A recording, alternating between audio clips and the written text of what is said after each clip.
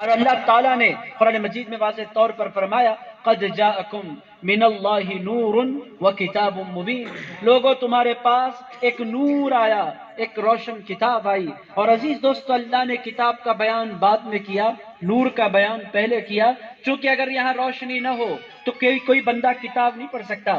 اللہ فرماتا ہے کتاب قرآن میری کتاب ہے، اس میں ہدایت بھی ہے، اس میں اجالے بھی ہیں، اور اس میں زندگی گزارنے کا سلیقہ بھی ہے، مگر اے لوگوں یہ سب کچھ اس کو نصیب ہوتا ہے جس کو میرے مصطفیٰ کا نور نصیب ہو جایا کرتا ہے۔ عزیز دوستو، حضور پاک علیہ الصلوۃ والسلام نور بن کر آئے۔ عزیز دوستو، اور اللہ کیا فرماتا ہے افمن شرح اللہ صدرہ للاسلام، اللہ جس کے سینے کو کھول دے فہو علی نور من ربہ، وہ اپنے رب کی جانب سے ایک نور پر ہوتا ہے، وہ جہاں جاتا ہے نور۔ نور کس کو کہتے ہیں؟ روشنی کو۔ نور کس کو کہتے ہیں؟ اجالے کو۔ عزیز دوستو، نور دو قسم کے ہیں، ایک نور وہ ہے جو لائٹ میں ہے، ایک نور وہ ہے جو چاند میں ہے، ایک نور وہ ہے جو سورج میں ہے، ایک نور وہ ہے جو آپ کو نظر آتا ہے تاروں میں، یہ بھی نور ہے، مگر یہ نور کرتا کیا ہے؟ ظاہر کو روشن کرتا ہے، اندر کو روشن نہیں کرتا، باہر کو روشن کرتا ہے، دل کے اندر یہ روشنی نہیں پہنچ سکتی۔ مگر عزیز دوستو، جس بندے کے سینے کو اللہ کھول دیتا ہے اس کا کمال کیا ہوتا ہے میرے دوستو؟ اسی کو ولی کہتے ہیں۔ اس کا کمال کیا ہوتا ہے؟ وہ بیٹھ جائے نا تو عزیز دوستو جس پر نگاہ ڈالتا ہے اس کے دل کو منور کر دیا کرتا ہے۔ عزیز دوستو، آپ بولیں گے غریب نواز نے کون سا نور ہمیں دیا، کون سا اجالا ہمیں دیا، کون سی روشنی ہمیں دی؟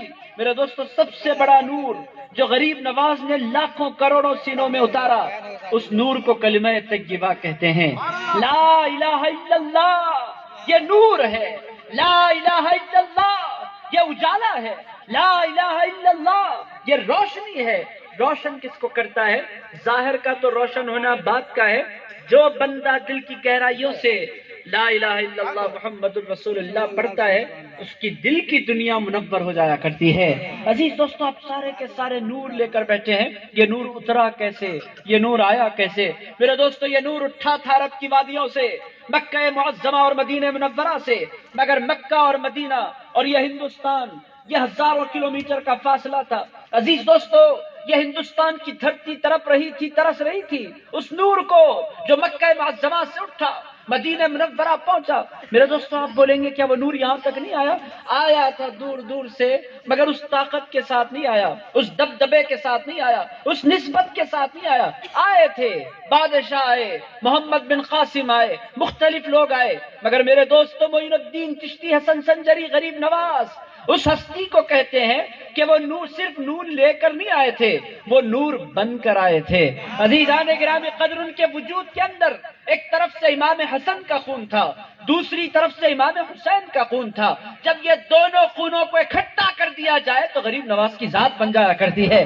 عزیز دوستو، یہ معین الدین حسن چشتی ہیں۔ عزیز دوستو، ان کی امی امام حسن کے خاندان سے تعلق رکھتی تھیں، ان کے بابا امام حسن کے خاندان سے تعلق رکھتے تھے۔ یہ دو نور لے کر حضرت خواجہ غریب نواز ہند الولی ہندوستان کی طرف تشریف لائے۔ وہ آئے نہیں میرے دوستو، وہ بھیجے گئے، وہ آئے نہیں، ان کو بھیجا تھا کسی نے۔ آپ سارے کے سارے لوگ جانتے ہیں ان کے پیر و مرشد کا نام تھا خواجہ عثمان ہارونی۔ آپ لوگ سارے کے سارے جانتے ہیں حضرت خواجہ عثمان ہارونی حضرت خواجہ معین الدین حسن چشتی سنجری رحمۃ اللہ تعالی علیہ غریب نواز کو لے کر پہلے کعبہ معظمہ میں پہنچے، اللہ کی بارگاہ میں عرض کیا مولا میں نے ایک میرے مرید کو تیار کیا ہے، اس کو تو قبول فرما لے۔ اللہ تعالیٰ کی جانب سے آواز آئی، ہم نے معین الدین کو قبول فرما لیا۔ عزیزان گرامی قدر، پھر اپنے اس مرید کو لے کر حضرت خواجہ عثمان ہارونی مدینہ منورہ پہنچے، دربار رسول میں حاضر ہو کر حضرت خواجہ غریب نواز کو اپنے پاس کھڑا کیا۔ حضرت خواجہ غریب نواز پیچھے ہٹنے لگے، حضرت عثمان ہارونی نے آگے کھینچا، پھر حضرت خواجہ غریب نواز پیچھے ہٹ گئے۔ حضرت عثمان ہارونی نے کہا آؤ میرے بازو کھڑے ہو جاؤ۔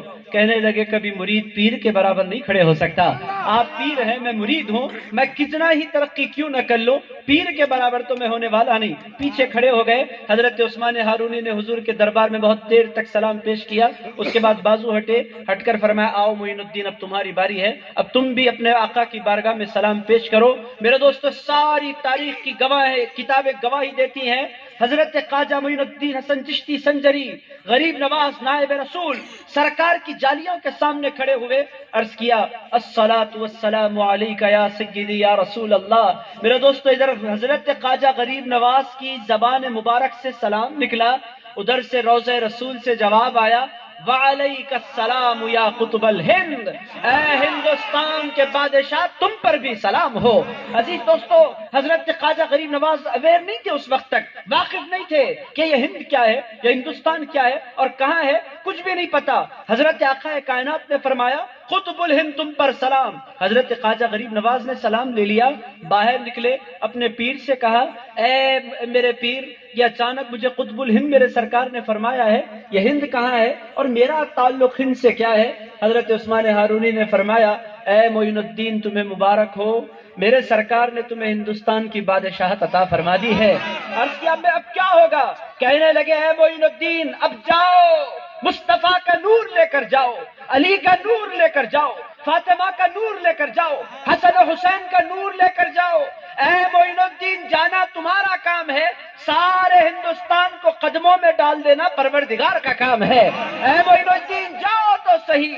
میرے دوستو حضرت خواجہ غریب نواز زند الولی آئے نہیں، بھیجے گئے۔ حضور نے علیہ السلام نے ان کو ہندوستان کے لیے منتخب فرمایا، وہ ہستی ہے حضرت خواجہ معین الدین حسن چشتی سنجری۔ اسی لیے ہزاروں لوگ آئے، بادشاہ آئے، کرسیاں بدلی، تخت بدلے، تاج بدلے، مگر خواجہ غریب نواز کل بھی بادشاہ تھے، آج بھی بادشاہ ہیں۔ میرے دوستو کیوں؟ عزیز دوستو بہت سے بادشاہ انسانوں کے سلیکشن پر بادشاہ، الیکشن پر بادشاہ بنتے ہیں۔ لوگ الیکٹ کر الیکشن کے ذریعے لوگوں کو بادشاہ بناتے ہیں، ادھر لوگ قدم ادھر بادشاہت ختم۔ حضرت خواجہ غریب نواز اس ہستی کو کہتے ہیں وہ لوگوں کے الیکشن پر بادشاہ نہیں بنے، مصطفیٰ کے سلیکشن پر بادشاہ بنے ہیں۔ عزیزان گرامی قدر حضرت خواجہ غریب نواز معین الدین حسن چشتی کو رسول اللہ علیہ السلام نے سلیکٹ فرمایا ہندوستان کی بادشاہت کے لیے۔ بہرحال عزیز دوستو حضرت خواجہ غریب نواز معین الدین حسن چشتی ایسی شان کے ساتھ، نہ ان سے پہلے ہندوستان میں کوئی آیا نہ ان کے بعد ہندوستان میں کوئی آیا۔ میرے دوستو آپ میں سے بہت ایسے ہوں گے جو اجمیر گئے ہوں گے اور بہت سے ایسے ہوں گے جو اجمیر جانے کی تمنا کر رہے ہوں گے۔ میرے دوستو اجمیر جانے کے بعد وہاں کے جو خدام حضرات ہیں، میں کسی کی غیبت نہیں کرتا، مگر جو آنر دینا ہے، جو عزت دینی ہے وہ دیتے نہیں، وہ جھڑکیاں دیتے ہیں، مگر اس کے باوجود بھی بندہ تڑپ تڑپ کر اجمیر پہنچ جایا کرتا ہے۔ اب سوچنے جانے والوں سے پوچھے بھائی وہاں جانے کے بعد تو جھڑکیاں ملتی ہیں، آپ جاتے کیوں ہیں؟ جواب دینے والے جواب دیتے ہیں ہم خدام کے لیے نہیں جاتے، ہم تو اپنے خواجہ کے لیے جایا کرتے ہیں۔ وہ جھڑکیاں دے تو بھی ہم خواجہ کا دربار چھوڑنے والے نہیں، ہم نے خواجہ غریب نواز سے محبت کا رشتہ جوڑا کیوں؟ افمن شرح اللہ صدرہ للاسلام، جس کے سینے کو اللہ اسلام کے لیے کھول دے، فہو علی نور من ربی، وہ اپنے رب کے نور پر ہوتا ہے۔ حضرت خواجہ غریب نواز نور بانٹتے ہیں۔ نور کیسے بانٹتے ہیں؟ میرے دوستو اب میں آپ سے باتیں کر رہا ہوں، اگر رات کے 12 بج گئے ہیں، کچھ لوگوں کے بھی 12 بجنے لگ جاتے ہیں، میرے دوستو میں لاکھ کوشش کروں، کچھ سر تو ایسے ہوں گے جو ڈھلکیں گے، کچھ آنکھیں تو ایسی ہوں گی جو بند ہو جائیں گی۔ میرا دوستو یہ فطرت کا تقاضا ہے، یہ سونے کا وقت ہے، کچھ لوگ سونے پر مجبور ہوں گے، انسان ہے، نیند ایک ایسی چیز ہے کہ سولی پر بھی انسان سو جاتا ہے۔ میرا دوستو نیند پر انسان کا کنٹرول نہیں ہے، میں ناراض بھی نہیں ہوتا کچھ لوگ سو جائیں تو اٹس اوکے۔ بہرحال عزیز دوستو میں جو بات آپ کی خدمت میں کر رہا ہوں، میں آپ سے خطاب کر رہا ہوں، مگر کچھ لوگ سنیں گے، کچھ لوگ سو جائیں گے، ان کی اپنی مجبوری ہے۔ مگر حضرت خواجہ غریب نواز کیسی ہستی ہے میرے دوستوں، ان کو زندگی میں کبھی تقریر کرنے کی ضرورت نہیں پڑی۔ حضرت خواجہ غریب نواز کیسی ہستی ہے؟ حضرت خواجہ قطب الدین بختیار کاکی فرماتے ہیں میرے پیر کو کبھی تقریر کرنے کی ضرورت نہیں پڑی، میرے پیر آ کر کسی کٹے پر بیٹھ جاتے، لوگ آتے، چہرہ دیکھتے، تقریر کرنے کی ضرورت نہیں ہوتی۔ غریب نواز کے چہرے پر جو مصطفیٰ کا نور ہوتا، اس نور کو دیکھ کر اسلام کا کلمہ پڑھ کر مسلمان ہو جاتے۔ عزیز دوستو یہ نور ہے، فَهُوَ عَلَى نُورٍ مِّن رَبِّ، وہ اپنے رب کے نور پر ہیں۔ اسی لیے حضرت خواجہ غریب نواز نے زندگی میں کبھی تقریر نہیں کی۔ اور نور کیسا؟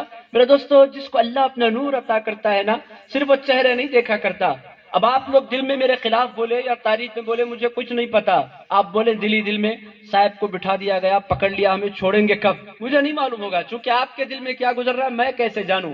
مگر عزیزان گرامی قدر، جو اللہ کا ولی ہوتا ہے اس کا کمال کیا ہوتا ہے، اللہ اس کو ایک نور دیتا ہے اور وہ اللہ کے نور سے دیکھ لیا کرتا ہے۔ عزیز دوستو، حضرت خواجہ غریب نواز ہند الولی قدس اللہ تعالی سر العزیز، ایک بندہ آیا اندر چاقو چھپا کر، چاقو معلوم ہے نا، جمل مڈگو میں چاقو چھپا کر کپڑوں کے اندر آیا، اس ارادے کے ساتھ آپ لوگ بولیں گے چاقو نہیں اور آگے کی چیزیں بھی ہمارے کو معلوم ہے۔ عزیز دوستو مگر استعمال مت کریے، وہ استعمال کرنے کی چیزیں نہیں ہے، سن لیجئے بس۔ عزیز دوستو، کپڑوں کے اندر اس نے چاقو چھپا رکھا تھا، آ گیا اس نیت کے ساتھ کہ حضرت خواجہ غریب نواز جی کو نعوذ باللہ ختم کر دے، وہ ختم ہو جائیں گے تو اسلام ختم، اس کا سمجھنا یہ تھا۔ آ گیا کپڑوں کے اندر، چاقو چھپا کر دور بیٹھا۔ حضرت خواجہ غریب نواز عصر کی نماز حضرت خواجہ غریب نواز نے پڑھی، پلٹ کر بیٹھے عصر کی نماز کے بعد۔ اب وہ مجلس سجی تھی، بہت سے لوگ بیٹھے ہوئے تھے، سارے لوگوں کو چھوڑ کر جس نے چاقو لایا تھا اس سے کہا میاں تم غریب آ جاؤ میرے پاس۔ تو پریشان ہو گیا، یہ اچانک مجھے کیوں بلایا جا رہا ہے؟ ارشاد جی میرے پاس آ جاؤ۔ اس نے کہا اچانک مجھے کیوں بلایا جا رہا ہے؟ خیر اٹھو، کچھ بھی کر نہیں سکتے، بلایا ہے تو بیٹھ جائیں گے۔ قریب آ گیا، جی حضرت میرے پاس بیٹھ جاؤ، بیٹھ گیا۔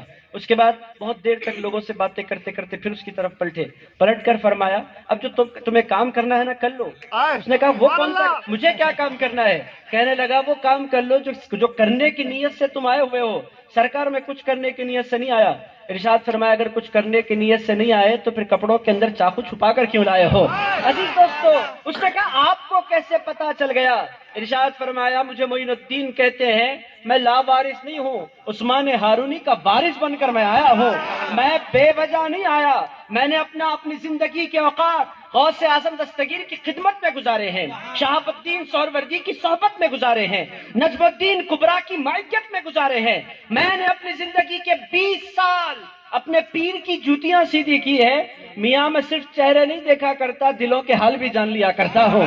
عزیز دوست، یہ ہے حضرت خواجہ معین الدین حسن چشتی سنجری رحمۃ اللہ علیہ، وَهُوَ عَلَى نُورٍ مِّن رَبِّ، وہ اپنے رب کے نور پر ہیں۔ میرے دوستو، یہ نور والے کس جماعت میں پیدا ہوتے ہیں؟ میرے دوستو جماعتیں تو بہت ہیں، آپ دیکھیں گے چلے بھی بہت ہیں، نمازیں بھی بہت ہیں، میں نام نہیں لیتا کسی جماعت کا۔ عزیز دوستو کتابیں بھی بہت ہیں، مدرسے بھی بہت ہیں، اور تحریکیں بھی بہت ہیں، کام بھی بہت سے لوگوں کا ہے، مگر عزیز دوستو نور اگر کسی جماعت میں پایا جاتا ہے تو اہل سنت و جماعت میں پایا جاتا ہے۔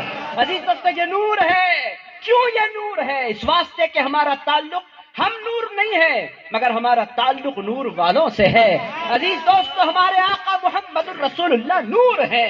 عزیز دوستو ہمارے سرکار مولا علی شیر خدا نور ہے۔ عزیزان گرامی قدر ہمارے سرکار امام حسن نور ہے، ہمارے سرکار امام حسین سید الشہداء نور ہے، سیدہ کائنات خاتون جنت بی بی فاطمہ الزہرا نور کی پیکر ہے۔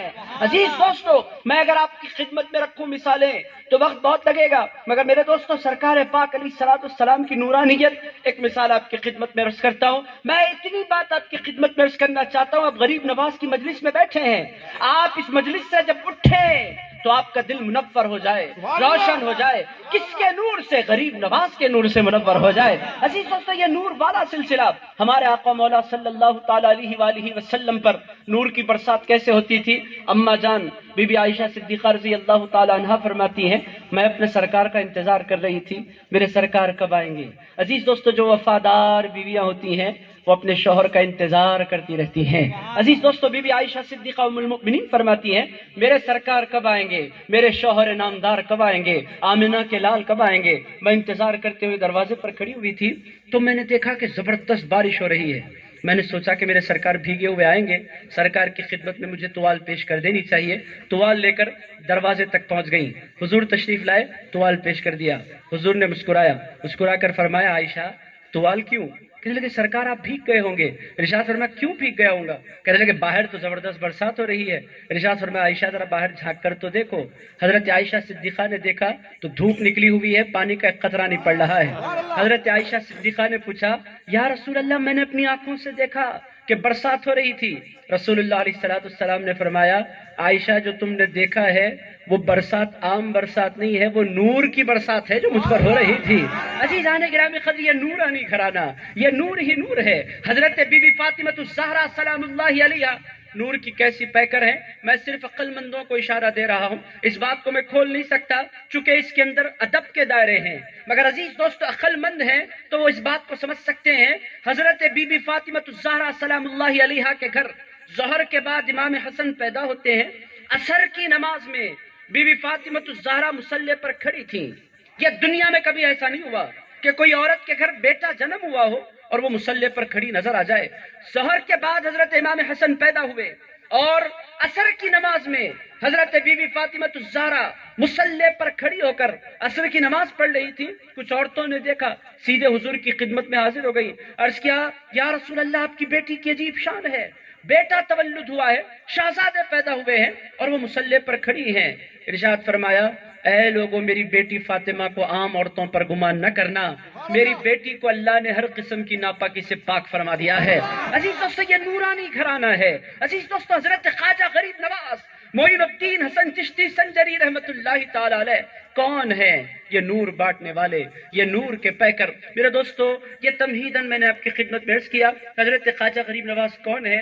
میرے دوستو حضرت خواجہ عثمان ہارونی کے وہ مرید بھی ہیں، خلیفہ بھی ہیں۔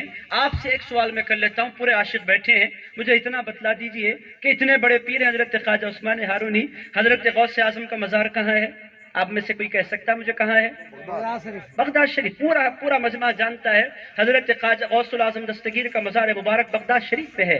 حضرت شیخ شہاب الدین سہروردی بغداد شریف میں ہیں۔ حضرت بہاء الدین نقشبند آپ تمام لوگ جانتے ہیں بخارا میں ہیں، بخارا یورپ کا حصہ ہے، وہاں ہیں۔ میرے دوستو جو ولی ہے اس کا مزار مبارک ہمیں پتہ ہے۔ نظام الدین اولیاء کہاں رہتے ہیں؟ ذرا بول دیجیے آپ لوگوں کو معلوم ہے۔ صابر پیا کلیری کہاں رہتے ہیں؟ کلیئر میں رہتے ہیں۔ بندہ نواز گیسو دراز کہاں رہتے ہیں؟ گلبرگہ میں رہتے ہیں۔ میں آپ سے پوچھتا ہوں خواجہ عثمان ہارونی کا مزار کہاں ہے؟ اب آپ لوگ پریشان ہو جائیں گے یہ کیا ہے، گتھیاں سلجھائی جا رہی ہیں، KBC چل رہا ہے۔ عزیزان گرامی قدر، نعوذ باللہ الیاذ باللہ تعالی، میں بات آپ لوگوں کے ذہن نشین کروانا چاہتا ہوں، کوئی کھیل کود نہیں ہو رہا۔ عزیز دوستو خواجہ عثمان ہارونی کہاں ہے؟ یہ بڑا اہم سوال ہے۔ پیر ہے حضرت خواجہ غریب نواز کے، کہاں ہے ان کا مزار مبارک؟ آپ میں سے کوئی بتلا سکتا ہے؟ نہیں بتلا سکتا۔ آپ بولیں گے ہم کیوں نہیں بتلا سکتے؟ اس واسطے کہ آپ لوگوں کو نہیں پتا۔ عزیز دوستو کہاں ہے حضرت خواجہ عثمان ہارونی کا مزار مبارک؟ کیا عراق میں ہے؟ نہیں ہے۔ کیا ایران میں ہے؟ نہیں ہے۔ کیا شام میں ہے؟ نہیں ہے۔ کیا ہندوستان میں ہے؟ بالکل نہیں ہے۔ پھر حضرت خواجہ عثمان ہارونی کا مزار مبارک ہے کہاں؟ انتقال کی گھڑیاں آئیں، مکہ معظمہ میں تھے، لوگوں کو بلایا، مریدوں کو بلا کر فرمایا لوگوں جہاں سعی ہوتی ہے صفا مروہ وہاں میری مزار بنا دو۔ لوگوں نے کہا سرکار ہم تو حفاظت کریں گے مگر آنے والے زمانے میں مزار باقی نہیں رہے گی، چونکہ لوگوں کے بھاگنے کا حصہ ہے، صحیح ہوتی ہے یہاں پر صفا اور مروہ پر، مزار باقی نہیں رہے گی۔ کہنے لگے کوئی ضرورت نہیں ہے مزار کے باقی رہنے کی۔ فرمایا اگر مزار باقی نہیں رہے گا تو نام کیسے باقی رہے گا؟ حضرت عثمان ہارونی نے مسکرا کر فرمایا عثمان کے نام کو دنیا کی کوئی تاریخ مٹا نہیں سکتی، اس واسطے کہ عثمان کا نام، عثمان ہارونی کا نام قیامت تک باقی رکھنے کے لیے معین الدین چشتی کافی ہے۔ عزیزان گرامی قدر، یہ ہیں حضرت خواجہ غریب نواز جن پر پیر کو ناز ہے۔ حضرت خواجہ غریب نواز کے بارے میں حضرت عثمان ہارونی کہا کرتے تھے کہ لوگوں جب میدان محشر میں حاضری لگاؤں، میرا اللہ مجھ سے پوچھے اے عثمان دنیا میں تو نے کیا کیا ہے، میں کچھ نہیں کروں گا، معین الدین چشتی کا ہاتھ پکڑوں گا، اللہ کی بارگاہ میں پیش کر دوں گا، عرض کروں گا مولا یہ میں نے زندگی میں کچھ کیا یا نہیں کیا، مگر میں نے معین الدین چشتی کو تیار کیا تھا۔ حضرت خواجہ عثمان ہارونی فرماتے ہیں معین الدین چشتی جب آئے گا تنہا نہیں آئے گا، کروڑوں ہندوستانی مسلمانوں کے ساتھ آئے گا، وہ جس شان کے ساتھ آئے گا کہ یہ سارے کے سارے ہندوستانی کس کے ساتھ انٹری لیں گے میدان محشر میں؟ پورے ہندوستانی جہاں بھی ہوں جو نسبت والے ہیں، غیر نسبت والوں کو چھوڑ دیجیے، ان لوگوں تو ہے ہی نہیں ان کا بیچاروں کا سہارا۔ عزیز دوستو میں سہارے والوں کی بات کر رہا ہوں، ماننے والوں کی۔ ماننے والوں کا کیا ہوگا؟ برے کہیں بھی جائیں گے اجمیر، چونکہ زندگی میں جایا کرتے تھے۔ ادھر حشر برپا ہوا، لوگ بھاگ رہے ہیں مختلف میدانوں کی طرف، سنی بھاگیں گے اجمیر کے خواجہ کی طرف۔ اے خواجہ اللہ کی بارگاہ میں حاضری ہمارے بس کی بات نہیں ہے کہ اللہ کو اپنا چہرہ دکھلائیں، خواجہ ہم تنہا نہیں جائیں گے، میدان قیامت میں بھی جائیں گے تو آپ کے قدموں کا سہارا لے کر جائیں گے، آپ کی نسبت لے کر جائیں گے۔ عزیز دوستو یہ ہے حضرت خواجہ معین الدین حسن چشتی سنجری قدس اللہ تعالی سرہ العزیز، جن کو دنیا غریب نواز کے نام سے جانتی ہے، نائب رسول کے نام سے جانتی ہے، اور اجمیر کیسے تڑپ تڑپ کر جاتے ہیں لوگ، کیوں جاتے ہیں؟ ایک غریب نے مجھ سے بڑی پیاری بات کہی تھی اجمیر میں نے اس سے کہا کہ آپ اتنا تڑپ کر اجمیر آتے کیوں ہیں؟ کہنے لگا ہم مدینے نہیں جا سکتے۔ میں نے کہا مدینے نہیں جا سکتے تو کیا؟ کہنے لگے اجمیر آ جاتے ہیں۔ میں نے کہا اجمیر کیوں آتے ہو؟ کہنے لگے جو جلوہ مدینے میں نظر آتا ہے اسی کی تنویر یہاں نظر آ جایا کرتی ہے۔ آفتاب رسالت مدینے میں ہے اور کرن جگمگاتی ہے اجمیر میں۔ عزیز دوستو فہو علی نور من ربہ، وہ اپنے رب کے نور پر ہوتا ہے۔ یہ تو باتیں تمہیدن ہو گئی باتیں میرے دوستو، حضرت خواجہ غریب نواز کی باتیں یہ اتنی مزے کی باتیں ہیں کہ ہمارے دلوں کو قرار نصیب ہو جایا کرتا ہے، کیونکہ ان کا احسان ہے، ان کی محبتیں ہیں، ان کا کرم ہے میرے دوستو۔ بہرحال حضرت خواجہ غریب نواز معین الدین حسن چشتی سنجری رحمۃ اللہ تعالی علیہ کس علاقے سے تعلق رکھتے ہیں؟ آپ کو علاقہ پتہ چل گیا، ایران سے تعلق رکھتے ہیں۔ پیر پتہ چل گئے، حضرت خواجہ عثمان ہارونی ان کے پیر ہیں۔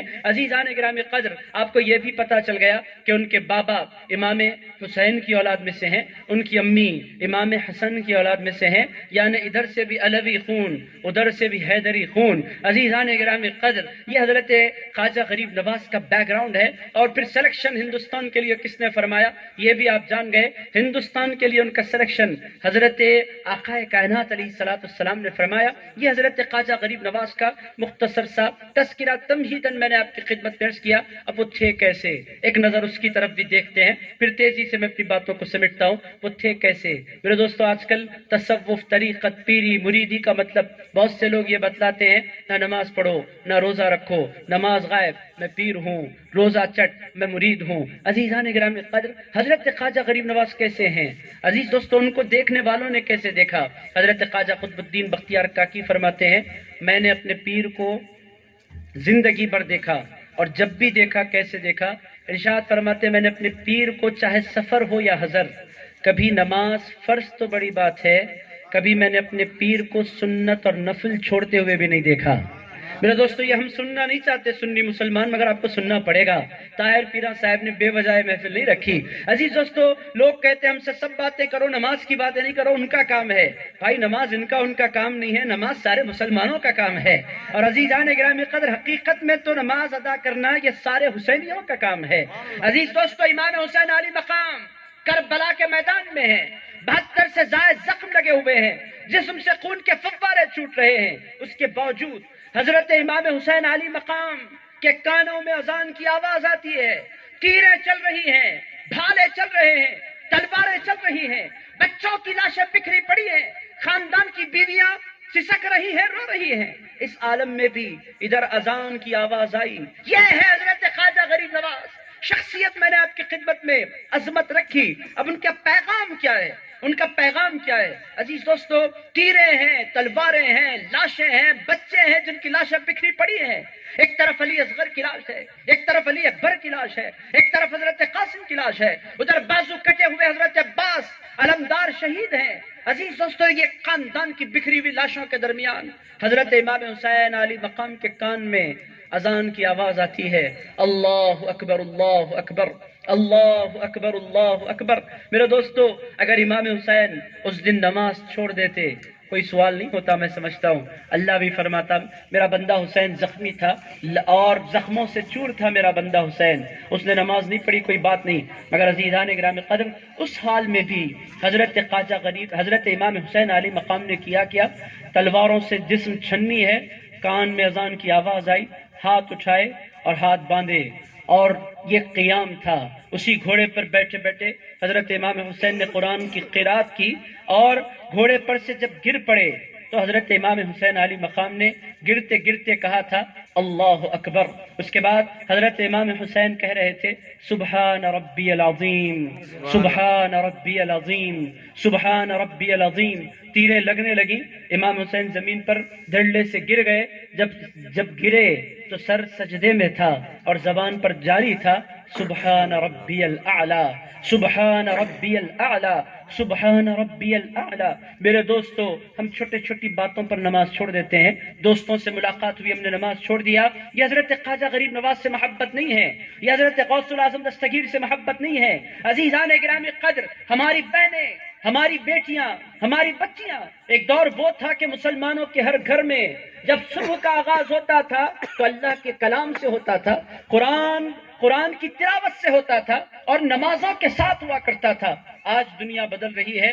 جنبل مڈگو کے میرے بھائیوں، اگر آپ حضرت خواجہ غریب نواز کو جاننا چاہتے ہیں، سمجھنا چاہتے ہیں، ماننا چاہتے ہیں، محبت کرنا چاہتے ہیں، صرف زبان سے دعویٰ کرنا نہیں چاہتے، غریب نواز کو اپنے دل میں اتار لینا چاہتے ہیں، غریب نواز کا پیغام کیا ہے؟ وہی پیغام ہے جو قطب الدین بختیار کاکی نے دیا. قطب الدین بختیار کاکی، خواجہ قطب الدین بختیار کاکی کہتے ہیں، میں نے اپنے پیر کو دیکھا، سفر میں بھی دیکھا، حضر میں بھی دیکھا، جلوت میں بھی دیکھا، خلوت میں بھی دیکھا، تنہائیوں میں بھی دیکھا اور محفلوں میں بھی دیکھا، مگر میرے پیر کو میں نے جب بھی دیکھا اس حال میں دیکھا کہ ادھر اذان کی آواز آئی، ادھر میرے پیر مسجد کی طرف دوڑ پڑے، ادھر اذان کی آواز آئی، ادھر میرے پیر مصلی کی طرف چل پڑے. میرے دوستو، حضرت خواجہ غریب نواز کی محفل میں آپ تشریف فرمائیں، آپ جسٹس کیجئے، آپ انصاف کیجئے. اور میں مردوں سے مخاطب ہوں. میرے دوستو، عورتوں کا کوئی قصور نہیں ہوتا، عورتوں کو اللہ نے مردوں کے تابع بنایا ہے، یہ اللہ کا بنایا ہوا قانون ہے. الرجال قوامون علی النساء، اللہ تعالیٰ فرماتا ہے مردوں کو ہم نے عورتوں پر فوقیت دی ہے. اب عورتیں، اس زمانے کی ماڈرن عورتیں ہم پر فوقیت کیوں دی؟ وہ الگ جھگڑا ہے، اس جھگڑے میں آپ مت جائیے. یہاں کی عورتیں ایسی سوال کرنے والی نہیں ہیں. آج کل ماڈرن قسم کی عورتیں یہ سوال کر رہی ہیں، یہ کیا ہے؟ عورتوں کو مقام چھوٹا دیا گیا، مردوں کو بڑا دیا گیا. عزیزان گرامی قدر، مقام چھوٹا نہیں ہے، مقام بہت بڑا ہے، بہت بڑا ہے. کتنا بڑا ہے؟ اتنا بڑا ہے کہ جتنے مرد دنیا میں ہوتے ہیں ان تمام کی جنت ماؤں کے قدموں کے نیچے ہوا کرتی ہے. عزیز دوستو، کس نے کہا کہ عورتوں کا مقام چھوٹا ہے؟ عورتوں کا مقام اتنا بڑا ہے کہ جنت، ماؤں کی جو جنت ہوتی ہے، ماؤں اور مردوں کی جو جنت ہوتی ہے ان کے ماؤں کے قدموں تلے ہوتی ہے. تو عورتوں کا مقام چھوٹا نہیں، مگر بنیادی بات کیا ہے؟ نماز. حضرت خواجہ غریب نواز کا پیغام نماز ہے. حضرت خواجہ غریب نواز اپنا ملک چھوڑ کر آئے، اپنا وطن چھوڑ کر آئے. ہم سننا نہیں چاہتے ان باتوں کو، مگر سنیے. عزیز دوستو، تہیہ کیجئے، یہ بدلیے اپنے آپ کی زندگی کو، ورنہ یہ زندگی گزر جائے گی.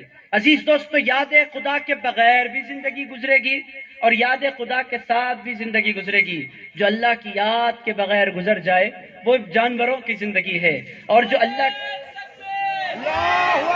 نعرہ تکبیر، نعرہ رسالت، نعرہ رسالت، نعرہ غوث، نعرہ غوث، غوث کا دامن، خواجہ کا دامن، خواجہ کا دامن.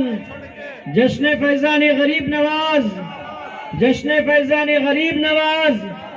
نعرہ تکبیر، نعرہ رسالت. سادات کرام زندہ، سادات کرام، نعرہ تکبیر، نعرہ رسالت، نعرہ رسالت.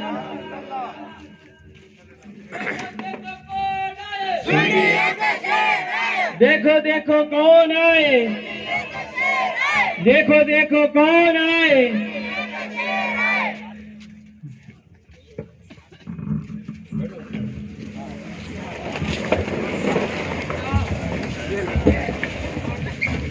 حضرات گرامی، ایک مرتبہ درود پاک کا نذرانہ پیش فرما لیں. اللہم صلی وسلم وزد وبارک علی حبیبک سیدنا و مولانا محمد وعلی آلہ وصحبہ ووارث حالہ ومظہر کمالہ وابنہ الکریم وولدہ الشریف الغوث العظم. عزیز دوستو، ہمارے درمیان حضرت مرشد پیر صاحب قبلہ مدد ذلہ العالی بھی تشریف لا چکے ہیں. اب آپ لوگوں کے چہروں پر اور زیادہ بحالی آ گئی ہے الحمدللہ. عزیزان گرامی قدر، چہرہ چہرہ کھل اٹھا ہے حضرت کی آمد کے بعد. اب میں سمجھتا ہوں کہ مجھے اپنی تیزی سے اپنی باتوں کو سمیٹنا چاہیے. آپ میری باتوں کے ساتھ رہیں. حضرت خواجہ غریب نواز کی ہستی کیسی ہے وہ تو آپ کی سمجھ میں آ گیا. حضرت خواجہ غریب نواز سلیکشن تھے یا الیکشن؟ کیا تھے؟ سلیکشن. کس کا سلیکشن تھے؟ سرکار پاک علیہ الصلوۃ والسلام کا سلیکشن تھے. یہ بات آپ کی سمجھ میں آ گئی. عزیز دوستو، میں حضرت خواجہ غریب نواز کا میسیج کیا ہے، پیغام کیا ہے، یہ ہمیں سمجھنے کی ضرورت ہے. ان باتوں کو اپنے دلوں میں اتارنے کی ضرورت ہے. ہم جلسہ کریں، نعرے لگائیں اور جا کر سو جائیں، یہ جلسے کا مقصود نہیں ہے۔ عزیز دوستو، جلسہ حضرت غوث اعظم کا ہو، جلسہ حضرت خواجہ غریب نواز کا ہو، جلسہ امام حسین کا ہو، جلسے کا مقصود کیا ہوتا ہے کہ ہم اپنے اندر چینجز لاتے ہیں کہ نہیں، تبدیلیاں لاتے ہیں کہ نہیں، اللہ اور اس کے رسول سے جڑتے ہیں کہ نہیں۔ میرے دوستو، جو نعرے ہماری زبانوں سے نکلتے ہیں کیا وہ دل کے اندر اترتے بھی ہیں؟ اللہ سب سے بڑا ہے، کیا واقعی اذان ہو جانے کے بعد ہم اس بات کی گواہی دیتے ہیں؟ ہمارا کیریکٹر اس بات کی گواہی دیتا ہے کہ اللہ سب سے بڑا ہے؟ ہم یہ تو نہیں کہتے اپنے کیریکٹر سے کہ دکان سب سے بڑی ہے۔ میرے دوستو، اگر اللہ سب سے بڑا ہے تو پھر دکان چھوڑنی ہے، اللہ کی طرف دوڑنا ہے۔ اگر اللہ سب سے بڑا ہے تو میرے دوستو پھر کاروبار کو کچھ دیر کے لیے روکنا ہے، جماعت کی طرف اور مسجد کی طرف دوڑنا ہے۔ آپ بولیں گے ہمیں کیوں سنایا جا رہا ہے، ہم بچپنے سے مسلمان ہیں۔ میرے دوستو، مسلمانوں میں 90% آج بھی غیر نمازی ہیں، 90% مسلمان۔ آپ بولیں گے مجھے کیسے پتا چلتا ہے؟ میرے دوستو، میں بھی مسلمان یقینی طور پر گھرانے سے تعلق رکھتا ہوں۔ آپ ذرا دیکھیں عزیز دوستو، جمعہ میں اچانک ہماری مسجدیں بھر جاتی ہیں۔ یہ جمعہ میں کہاں سے آتے ہیں؟ آسمان سے تو نہیں ٹپکتے۔ میرے دوستو، اچانک ہماری جمعے کے دن آپ دیکھیں 2 صف کی جگہ 20 صف ہو جاتی ہیں۔ میں خود پریشان ہوتا ہوں، تقریر کرنے کے لیے بیٹھے اسی مسجد میں جہاں 1 صف 1.5 صف ہوتی ہے، جمعے کے دن آپ تقریر کرنے کے لیے بیٹھے، پوری مسجد کھچا کچ بھری ہوئی ہے۔ اور پھر کچھ مسلمان تو ایسے ہیں، ادھر خطبہ شروع ہوتا ہے، ادھر وضو جاری ہوتا ہے۔ یہ بھی ہے، آخرکار مسجدیں بھر جاتی ہیں۔ کہاں سے آتے ہیں یہ؟ کون ہے یہ؟ اس سے پتہ کیا چل رہا ہے؟ وہ 2 صف جو ہیں وہ نمازی ہیں، بقیہ جو 20 صف ہیں وہ غیر نمازی ہیں۔ 25 صف جو مسلمانوں کی ہیں وہ غیر نمازی ہیں۔ آپ بولیں گے غریب نواز کے جلسے میں کیا آپ نماز لے کر بیٹھ گئے؟ میرے دوستو، غریب نواز آئے تھے ہندوستان اس واسطے کہ لوگوں کو نماز پڑھائیں۔ غریب نواز صرف اس واسطے نہیں آئے تھے کہ ان کے نام کی چھٹی ہو۔ غریب نواز صرف اس واسطے نہیں آئے تھے کہ ان کی مزار پر چادریں چڑھیں۔ غریب نواز صرف اس واسطے نہیں آئے تھے کہ پھولوں کے نذرانے ان کی بارگاہ میں پیش ہوں۔ غریب نواز کے آنے کا مقصد کیا تھا؟ غریب نواز اس واسطے آئے تھے کہ اللہ کے بندے اللہ کے آگے جھکنے والے بن جائیں، اللہ کی بندیاں اللہ سے پیار کرنے والی بن جائیں۔ اس کے علاوہ کوئی اور مقصود نہیں۔ حضرت خواجہ غریب نواز نماز قائم کرنے کے لیے تو بنیادی بات کیا ہے؟ عزیز دوستو، 90% مسلمان آج بھی غیر نمازی ہیں۔ آپ پہلا پیغام یہ لیجئے کہ مجھے نماز قائم کرنی ہے، کریں گے انشاءاللہ۔ میرے دوستو، اس کو سیریس لیجئے۔ دنیا سے کون کب جائے گا کسی کو نہیں پتا۔ میں آپ کو بتلاؤں، اننت پور میں گیا ربیع الاول میں، جیکسن صاحب یہاں ٹھہرے ہوئے ہیں، ربیع الاول میں گیا، ایک بچہ مجھ سے ملا نمازی، اور اس بچے نے اپنی طبیعت کے خراب ہونے کا ذکر کیا۔ میں نے اس سے اسی وقت پوچھا تھا، ربیع الاول کی بات میں آپ کو بتلا رہا ہوں، ربیع الاول میں 3 مہینے گزرے، ربیع الثانی، جمادی الاول، جمادی الثانی، رجب، 3-4 مہینے۔ عزیز دوستو، اس بچے نے مجھ سے کہا میری عمر 26 سال ہے، طبیعت تھوڑی سی خراب ہے، آپ میرے لیے دعا کریں۔ میں نے اس بچے سے کہا میاں 26 سال کوئی فکر کی بات نہیں ہے، ایسی عمر میں تو بچے ٹھیک ہو جایا کرتے ہیں۔ 2 دن پہلے اننت پور کے ایک صاحب نے مجھ سے فون کیا، فون کر بتایا کہ ایک نوجوان نے آپ سے ملاقات کی تھی۔ میں نے کہا ہاں، جس کی طبیعت خراب تھی۔ میں نے کہا بالکل یاد ہے۔ کہنے لگے کل اس کا انتقال ہو گیا۔ میں نے کہا کیسے؟ اللہ کی مرضی ہے۔ میرے دوستو، کوئی بھی کبھی بھی اس دنیا سے جا سکتا ہے۔ میرے دوستو، یہ جلسے اس واسطے نہیں ہے کہ ہم نعرے لگائیں اور چلے جائیں۔ یہ جلسے کا مقصود کیا ہے؟ ہم کتنا سیریس لیتے ہیں حضرت خواجہ غریب نواز کے مشن کو۔ عزیز دوستو، آقا کائنات کب مسکرائے؟ آپ سارے لوگ جانتے ہیں، آپ لوگ تھک تو نہیں گئے؟ ایک مثال آپ کی خدمت میں حضور کی زندگی سے رکھوں، اجازت ہے آپ حضرات کی؟ عزیز دوستو، رسول اللہ علیہ السلام کی طبیعت مبارک پر بار ہونے لگا۔ رسول اللہ علیہ السلام نے وضو فرمایا، غشی طاری ہو گئی۔ یہ الفاظ تھوڑے سے گاڑے ہیں، یہ غشی طاری ہو گئی، آپ لوگوں کے لیے بڑا ڈیفیکلٹ ہے، مگر الفاظ میں آسان کر نہیں سکتا چونکہ حضور کی بارگاہ ہے، میری مجبوری ہے۔ اس سے ہلکے الفاظ بھی آتے ہیں مگر وہ الفاظ بے ادبی ہو سکتے ہیں، اس واسطے میں نہیں عرض کر رہا ہوں۔ حضور پر غشی طاری ہو گئی۔ رسول اللہ علیہ السلام کچھ دیر بعد جاگے، جاگ کر بی بی عائشہ سے فرمایا عائشہ نماز ہو گئی؟ کہنے لگے یا رسول اللہ، آپ کے غلام صاحبہ آپ کو چھوڑ کر نماز پڑھنے والے نہیں ہیں۔ حضور نے ارشاد فرمایا پھر مجھے وضو کراؤ۔ پھر وضو فرمایا، وضو فرمانے کے بعد بیٹھے، پھر غشی طاری ہو گئی۔ رسول اللہ علیہ السلام ٹیکا لے کر بیٹھے، نیند کا ایک معنی میں غلبہ ہو گیا، کچھ دیر کے بعد پھر جاگے، جاگنے کے بعد فرمایا عائشہ کیا نماز قائم ہو گئی؟ کہنے لگے یا رسول اللہ آپ کے غلام آپ کا انتظار کر رہے ہیں۔ ارشاد فرمایا ایک بات میں یہاں ضرور عرض کروں، کیا حضور کا وضو ٹوٹتا تھا؟ میرے دوستو حضور کا وضو ٹوٹتا نہیں تھا۔ پھر حضور وضو کیوں کرتے تھے؟ غلاموں کی تربیت کے لیے فرمایا کرتے تھے۔ میرے دوستو حضور کو کوئی وضو کی ضرورت نہیں، کیوں ضرورت نہیں؟ اس واسطے کہ حضور فرماتے ہیں لوگوں میں سوتا ہوں میرا دل نہیں سویا کرتا، میرا دل سونے کے باوجود بھی اللہ کا ذکر کیا کرتا ہے۔ بہرحال حضور نے پھر وضو فرمایا، پھر غشی طاری ہو گئی، پھر جاگے ارشاد فرمایا عائشہ نماز ہو گئی، عرض کیا یا رسول اللہ نہیں ہوئی؟ ارشاد فرمایا عائشہ جاؤ ابو بکر سے کہو کہ میری جگہ پر وہ نماز کی امامت فرمائے۔ عزیز دوستو اس کے بعد 8 دن گزرے، سرکار کے صحابہ تڑپ رہے تھے حضور کے دیدار کے لیے، حضور کا دیدار میسر نہیں آ رہا تھا۔ مولا علی گھر کے تھے، جاتے تھے ملاقات کر کے آتے تھے، لوگوں کو اطلاع دیتے تھے میرے سرکار کی طبیعت ایسی ہے، دل مچل رہے تھے۔ حضور کے مصلی پر حضرت ابوبکر صدیق کھڑے ہوئے تھے۔ ایک دن پیر کا دن تھا، ربیع الاول کا مہینہ تھا، رسول اللہ علیہ السلام نے حضرت بلال حبشی کی زبان سے اذان کی آواز سنی۔ سننے کے بعد حضرت علی شیر خدا سے کہا علی کو بلاؤ، بی بی عائشہ سے فرمایا۔ حضرت علی دوڑے دوڑے میرے سرکار آپ نے یاد فرمایا، ارشاد فرمایا علی عباس کو لے کر آؤ۔ حضرت عباس چچا تھے حضور کے، حضرت عباس بھی آگے، میرے سرکار آپ نے یاد فرمایا، ارشاد فرمایا جاؤ اور نماز کھڑے ہونے کا انتظار کرو، جب نماز کھڑی ہو جائے نا تب آ کر مجھے اطلاع دینا۔ دونوں نے نماز کے کھڑے ہونے کا انتظار کیا، ادھر نماز کھڑی ہوئی، ادھر حضرت علی شیر خدا اور حضرت عباس علمدار، حضرت عباس رسول دونوں کے دونوں حضور کی خدمت میں حاضر ہو گئے۔ حضور نے فرمایا مجھے اٹھاؤ۔ حضرت علی شیر خدا نے عرض کیا حضور آپ کو تکلیف زحمت ہوگی؟ کہنے لگے علی مجھے اٹھاؤ۔ رسول اللہ علیہ السلام نے مولا علی کے گلے میں ہاتھ ڈالا، حضرت عباس کا ہاتھ تھاما، فرمایا مجھے مسجد کی طرف لے کر چل پڑو۔ عزیز دوستو حضور کا حجرہ مبارک مسجد کے اندر کھلتا تھا، حضور کا دروازہ، رسول اللہ نے دروازہ کھولا اور پردہ ہٹایا۔ حضرت انس رضی اللہ تعالیٰ عنہ روایت کرتے ہیں سرکار 8 دن کے بعد مسجد کے دروازے پر کھڑے تھے، ہم نمازوں میں تھے، دل سر قبلے کی طرف تھا، دل مصطفیٰ کی طرف تھا، ہمارے سرکار آ گئے تھے۔ اس کے بعد حال کیا ہوا؟ پہلے ہم نے اپنی نظروں کو بچایا اور مصلی پر جمانے کی کوشش کی، مگر میرے سرکار کھڑے رہے۔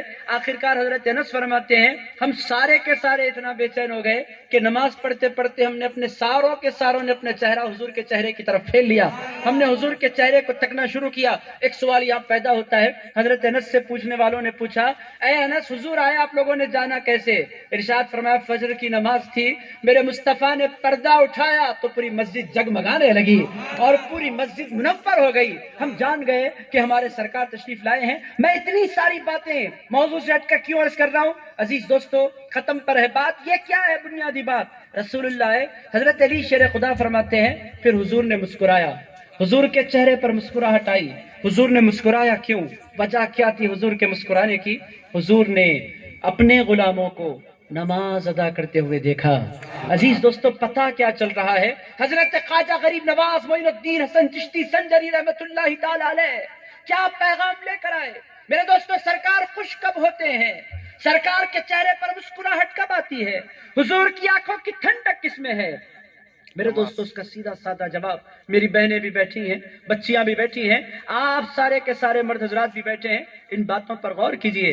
حضور پاک علیہ السلام فرماتے ہیں قرۃ عینی فی الصلاۃ، اے لوگوں میری آنکھوں کی ٹھنڈک نماز میں ہے۔ میرے دوستو اگر ہم فجر چھوڑیں، ظہر چھوڑیں، عصر چھوڑیں، مغرب چھوڑیں، عشاء چھوڑیں، پھر اور یہ کہیں کہ ہم عاشق رسول ہیں، میرے دوستو پھر وہ کیسا عاشق ہے جو اپنے آقا کی آنکھوں کو ٹھنڈک نہیں پہنچانا چاہتا؟